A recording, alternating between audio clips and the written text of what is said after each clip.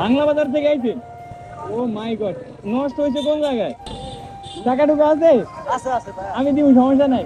না, আছে আছে। আচ্ছা ঠিক আছে। ধন্যবাদ ভাই, অসংখ্য ধন্যবাদ। ঠিক আছে, আপনার বাসা হচ্ছে কই? বাংলা বাজার? হ্যাঁ, বাংলা বাজার। আসসালামু আলাইকুম, আশা করি সবাই ভালো আছেন। আপনারা সবাই আগের ভিডিওটা দেখছেন যে আমি আমার ব্যবসায়িক কাজে চরগমানি স্কুল এবং রতনপুর দৌলত খান সহ আর বিভিন্ন জায়গায় কাজ করছিলাম।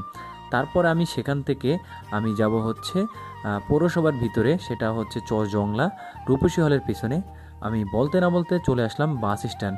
এটা হচ্ছে আমাদের ভোলার ঐতিহ্যবাহী বাস স্ট্যান্ড। আপনাদেরকে আমি প্রত্যেকটা ভিডিওতেই বলে থাকি সবাই ঠিকমতো নামাজ পড়বেন, নামাজ বেহেস্তের চাবি। আমার ভিডিওগুলো ভালো লাগলে একটি লাইক করবেন, শেয়ার করবেন, কমেন্ট করে মূল্যবান মতামত জানাবেন কোথা থেকে দেখছেন। বলতে না বলতে চলে আসলাম রূপসী হলের সামনে। রূপসী হলের পাশ দিয়ে একটি রাস্তা গেছে, ওই রাস্তা দিয়ে আমি চলে যাইতেছি হিট বাংলাদেশ স্কুলের সামনে। সেখানে আমার কিছু কারিগর রয়েছে, সেখানে আমার পাতা দেওয়ার কথা, অনেক দিন যাবৎ পাতা দেওয়া হয় না। যেখানে আমাকে দেখতেছেন এই বাসায় কিছু পাতা দেওয়ার কথা, তাদেরকে বললাম কয়েকদিন পরে পাতা দেব।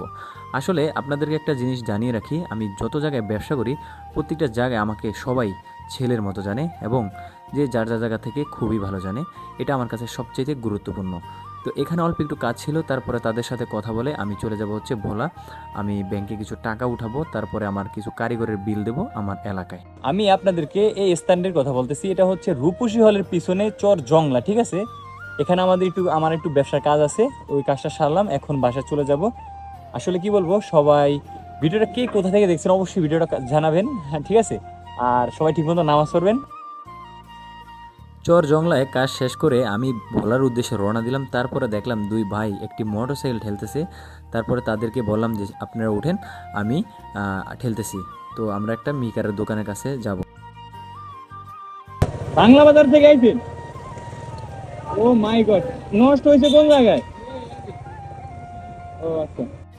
তারা দুজন লোক ছিল, একজন ওই গাড়ির উপরে উঠলো, আরেকজন আমার পিছনে উঠলো। কিছুক্ষণ ঠেলে ঠেলে একটি মিকারের দোকান পর্যন্ত নিলাম। তারপরে ওনারা বলতেছে ভাই আপনি এবার চলে যান। তো আসলে তাদেরকে তেমন ভালোভাবে হেল্প করতে পারিনি, তো এখান থেকে বিদায় নেব আমি।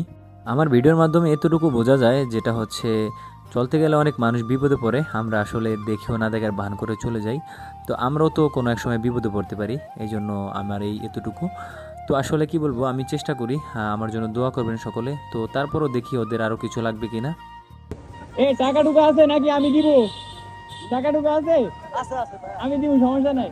না, আছে আছে। আচ্ছা ঠিক আছে। ধন্যবাদ ভাই, অসংখ্য ধন্যবাদ। ঠিক আছে, আপনার বাসা হচ্ছে কই? বাংলা বাজার? হ্যাঁ, বাংলা বাজার। কি কি আইছেন কি জন্য? আচ্ছা ঠিক আছে, ওকে ভাইয়া, দোয়া করেন, হ্যাঁ? আচ্ছা আচ্ছা ঠিক আছে, ঠিক আছে, আসসালামু আলাইকুম। আসলে রাস্তায় চলতে গেলে দেখা যায় যে কত প্রকার বিপদ সামনে পড়ে।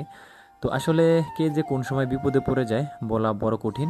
তো আমরা চেষ্টা করব যে আমার সামনে যদি কেউ বিপদে পড়ে যায় আমি একটু হেল্প করার চেষ্টা করব, আবার আমিও যদি কোনো সময় বিপদে পড়ি কেউ আমাকে হেল্প করবে, এটাই।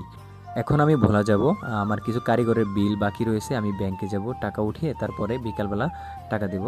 তো আমাদের পরবর্তী ভিডিও দেখার জন্য পেজটি ফলো করতে পারেন, ভালো লাগলে একটি কমেন্ট করতে পারেন, শেয়ার করতে পারেন। সবাই ঠিকমতো নামাজ পড়বেন। আবার অন্য একটা ভিডিওতে দেখা হবে। আসসালামু আলাইকুম।